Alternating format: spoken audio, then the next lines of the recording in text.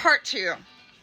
So, in this video, I think I need to lay a foundation of just where this began from. Okay, so I'm not going to do like a long drawn out history of my life. But let's just suffice it for now. And if you have questions, let me know in the comments. But I have lived a very adventurous life. And it includes group foster care in the church system in the 80s. I was homeless as a teenager in the Atlanta Underground. I used to hop trains. I've been homeless in Houston. I've been homeless in Fort Lauderdale, and I've been homeless in Daytona. So I've also given speeches and advocated for civil and criminal justice reform, and I do wrongful conviction research and have for a long time. I was a heroin junkie for a long time thanks to the pill mill epidemic and a lot of personal trauma that I had to work through. And so, suffice to say that I've slept in ditches and dined with kings. Oh, and I attended the Preakness one year. So fun fact. So I have a lot of. So for me, I think it's important to start with the discovery that there was this project in Florida that, according to the narrative, began in 1960s time frame and was finally halted in 1971. And it's called the Cross Florida Barge Canal Project. Now, as someone who grew up right there, I've seen it, and curiously enough, it backs up to what's called the Road Heavers Boys Ranch, which, according to the narrative, was started by a musician, wink wink, turned pastor, turned child advocate, maybe. I don't know how they want to sell him, but his name is Homer Roadheaver, and it was an 800-acre piece of property on the Ocklawaha St. Johns River Valley that he purchased in 1950 and opened the Boys Ranch. And that place is just bad business, in my opinion. So the Cross Florida Barge Canal Project, and I can go more in depth on that, and I've done like a little short video on it, but basically the narrative, and it's attached to 4 different presidents, and the timing of it is really curious. So FDR first funded it in the Big Beautiful Bill, or the Great New Deal, or whatever his labeling of it was.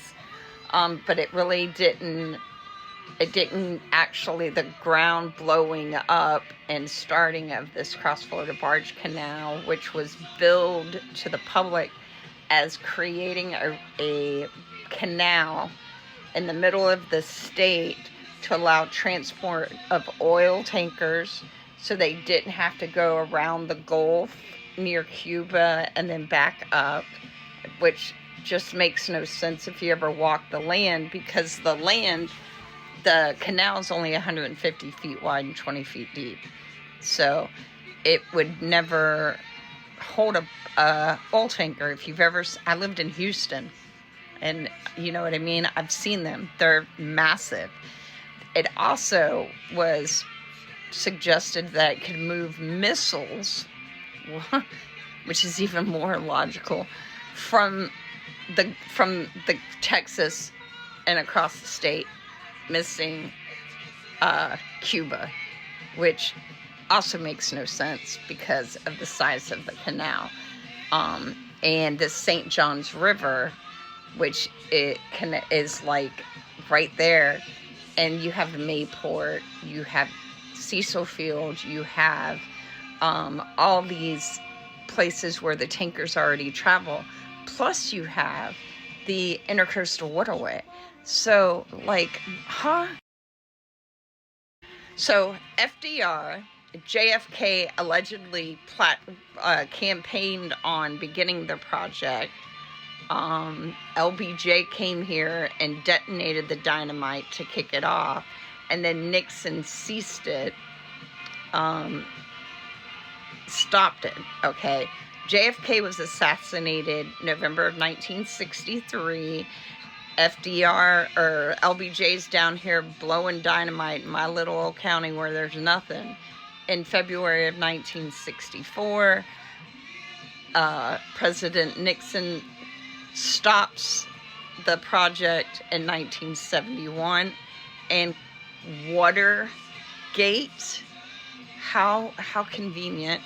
Watergate, which is where he supposedly sent people to rob the DNC, the Democratic National Headquarters at the Watergate Hotel, that happened in 1972.